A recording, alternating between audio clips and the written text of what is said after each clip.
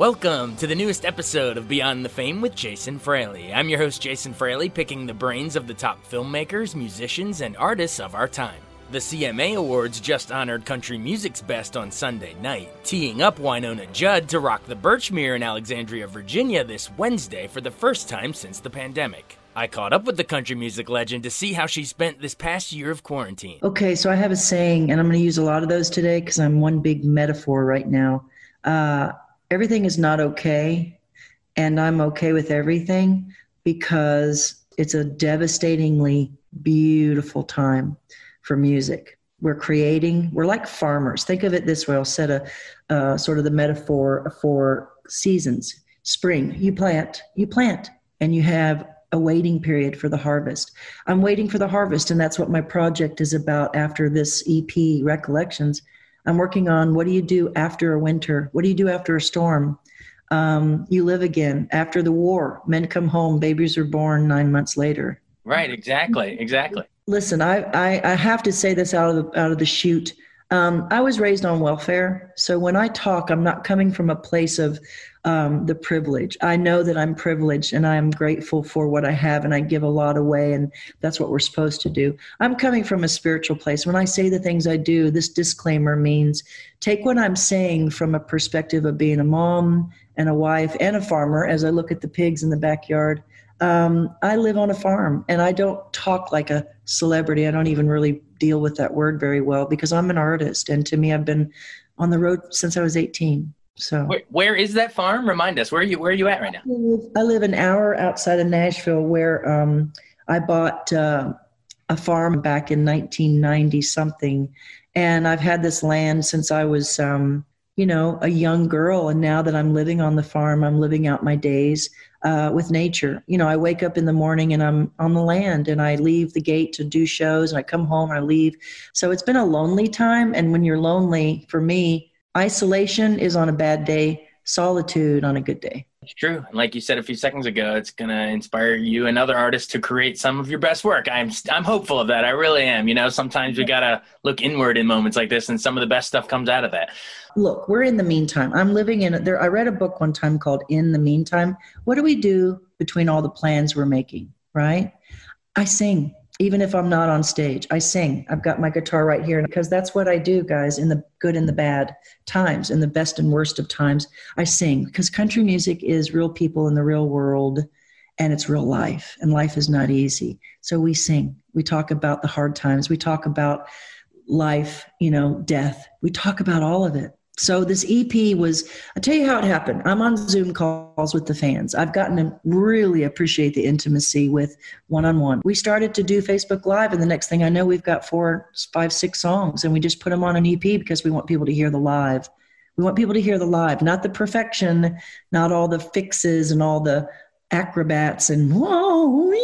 I just wanted to sing and be heard and connect and remind people that there is hope, and that's what music does. So I just put it out because I'm in the meantime. I love it. So the EP is Recollections, and then you're going to come up with something else after that about the whole quarantine experience? Well, I'm going to talk about, and this is really corny, and I have to throw it out there because I'm so activated. I talk to Loretta Lynn probably every couple of days. Yeah, she's like my grandmother, sweet, 88 years old, and sassy. Oh my gosh, talk about an example of how to gracefully age. Brilliant. And this woman has put a pep in my step, and I've been listening to her music, and Connie Smith and Tammy and Brenda Lee and all these women that came before me, and I went, oh my God, my sheroes. Let's do a project about heroes and sheroes because we've lost so many. So yeah, I'm in the past right now, just appreciating where I come from. And then looking in the future, I literally talked to Diplo the other day, and I'm talking to Def Leppard's drummer, Rick, and we're talking about stuff. Look, I'm talking to Brandi Carlile. I'm getting ready to connect with Kelly Clarkson because I love people, and I just call people and say, hey, how you doing? And Blake Shelton texted me the other day, and he's telling, come on, we're connected. And not because we're famous. Sure, that's great for a good seat in a restaurant. I think it's because we're really lonesome for that connection. We want to be connected. Absolutely. You mentioned you're throwing back to, Loretta Lynn and leading ladies of countries past. And that, of course, includes the Judds. I mean, just some of the best work that country's ever seen. But remind us when you moved to Nashville, I think it was late 70s, and how you got that first deal with RCA. I was born in Kentucky, 1964. We moved to Hollyweird. Went there, came back. If you read the book, we're like literally in the U-Haul it pretty much every couple of years. My mother, Gypsy. Ray Benson of Asleep at the Wheel gave me my name. He was performing and he was doing a song called Route 66, Flagstaff, Arizona. And don't forget Wynonna, he would say. And then I found out that Wynonna Harris is a beautiful black blues singer. And my mom said something about, well, Wynonna, because of the feminine, and here I am. So I changed my name when I was 12. We come to Nashville in 1978. We lived in a dilapidated sort of farmhouse. We had a cistern. Look, we grew up without TV and telephone. We lived pretty simple. She's a nurse, and I'm going to high school, graduated 82, got a record deal in 83. What the heck? And then we went on the road for the 10 years. I've been on the road since 1984. Took one other time off for a year for my son's birth 25 years ago. This is the longest I've been home. So country music, 1984, we made Herstory, and the rest is crazy. Like, it's crazy. I think about it and go, what was it? I wasn't thinking. It was my mother's fault. She's the one that said, let's do it. And I went, okay. I'm 18 years old. I'm just out of high school. So it's pretty crazy and wonderful.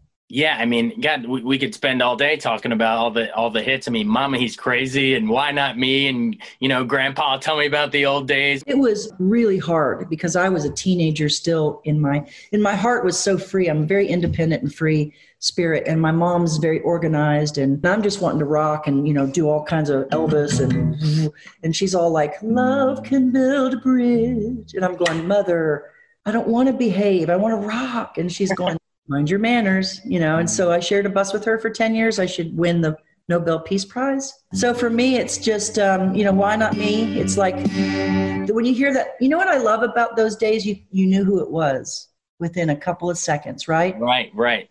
Like when you first heard, Had a Dream, it was like, what is that? And I think today the music is so produced and so kind of slick and almost pop. And I think I would love to see somebody just come on with a guitar and blow people's minds with their vocals. And the closest for me is someone like a Chris Stapleton, because it was about his voice. It wasn't just about production. You know what I mean? It wasn't about the record and the gimmick. It was about just, who is that singing? And so I loved the years with Mom because it gave me a chance to be a stylist. Even though I didn't know I was a stylist then, Tammy Wynette told me so. She said, you are a stylist. There are a lot of good singers out there. You're different. And I went, I know. And I made a career out of that. Yeah, and I mean, you absolutely did. Remind our listeners about, how nerve-wracking but also exciting it was when you finally got to break out on your own, because I know your self-titled debut, your solo album in 92, Wynonna. I mean, I freaking grew up with that stuff. I saw the light in your window tonight, and no one else on earth, probably your iconic anthem. Remind us how exciting that was, breaking solo. It wasn't exciting. It was terrifying. I didn't know where I was. I honestly don't remember. And I don't mean this that I'm not grateful. It's like when you're in a car wreck, you remember until impact. And then somewhere after the impact, everything kind of goes dark. I just remember going out on stage. I remember where I was. I remember Mom walking me to the stage, and the rest I don't remember. I swear I have to see footage on. I just do. I don't remember it. I think my spirit literally carried me through. And I think that's because there was a little bit of that PTSD kind of trauma where it was like riding a roller coaster. You scream really loud. It's really exciting. And all senses just go boom. And then it's over. Right. And that's for 10 years, you guys. I had to walk through a lot of those 5, 4, 3. Somewhere at the 3, I'm looking, and I swear to you, this is not a lie. I'm looking for exits. Get me out of here, because I'm an introvert and I'm actually pretty shy. Yeah, I go out on stage and I love the music. I perform. I'm not a performer. I'm a singer. There's a difference, and I like to connect. So my point is, that was a crazy time that I wasn't prepared for. No one ever is. And like death, the death of the Judds, the mother-daughter relationship, it changed. And I went out on the road by myself, and I was really lonely. And it took me a while to figure out where and how to just be, right? Because we spend so much time in life reacting. And I had to learn how to be proactive. And now that I'm 56, I'm chill. But it took me like almost 40 years to get to where I'm just relaxed enough to speak in sentences. Could you speak in a few chords for us? You know what I'm going to tell you guys? Love, see, love can build a bridge between your heart and mine. And then the audience sings, love can build a bridge. Don't you think it's time? Don't you think it's time? And then I sing, just the other day, we did our one show in 6 months. And I just literally said, the grandpa thing is still really important to me, by the way. It's not just a hit. It's not just because of the Judds. I still sing it every night. So that was, Grandpa, tell me about the good old days. Sometimes it feels alive. This world's gone crazy.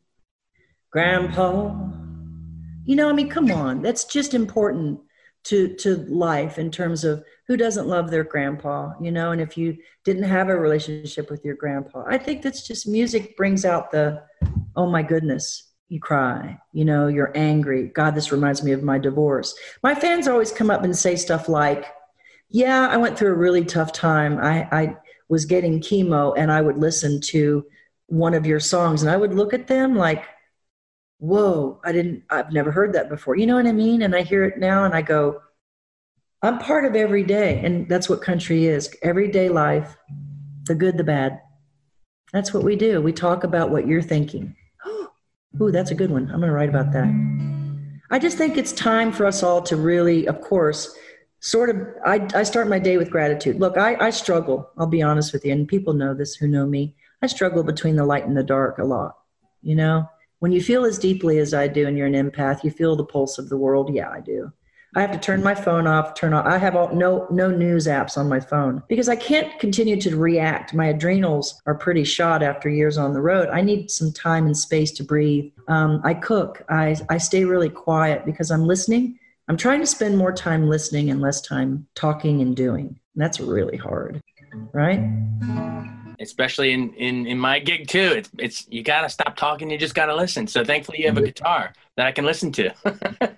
Taking requests. What? Let me see. Tell me what you want to hear. Should we do Tell Me Why? No. You know why? Swear to goodness, I don't have a capo. That's okay. I'm going to do something that I did the other night, and it really thrilled me because it's like, you know what? It's so down to earth. Like, to me, no one else. I mean, have you listened to the dance mix of No One Else? I mean, it's like, could you put any more bass and drums on there? I mean, you know what I mean? Right. And I think I'm appreciating the acoustic is what I'm trying to say. Gotcha. The EP started me on this path of going back in time when I first started singing, which was age 9. And I remember sitting there like on the back porch just going, well, what does that translate to? And then you connect with the Judds and the superstar and all the words, cliches, TV, radio, you know. And it's like, you know what, though? I'm sitting with that group the other day and I thought, what do they want right now? Do they need the No One Else on Earth dance version? That's fun on a Friday, sure. What are we going to do tonight? And I said, let's do this song. And I wasn't planning on it just because I thought, man, I just need to sit there and do this and just, you know, it's just start. And so the words are, you've been looking for love all around the world. Baby, don't you know this country girl's still free? Why not me? You know, it's like all of a sudden they were looking at me going, and you could see them, you know what I mean? I don't think they expected me just to break into something that gutsy. And I'm going, why not me? And they're going, what? Rainy day.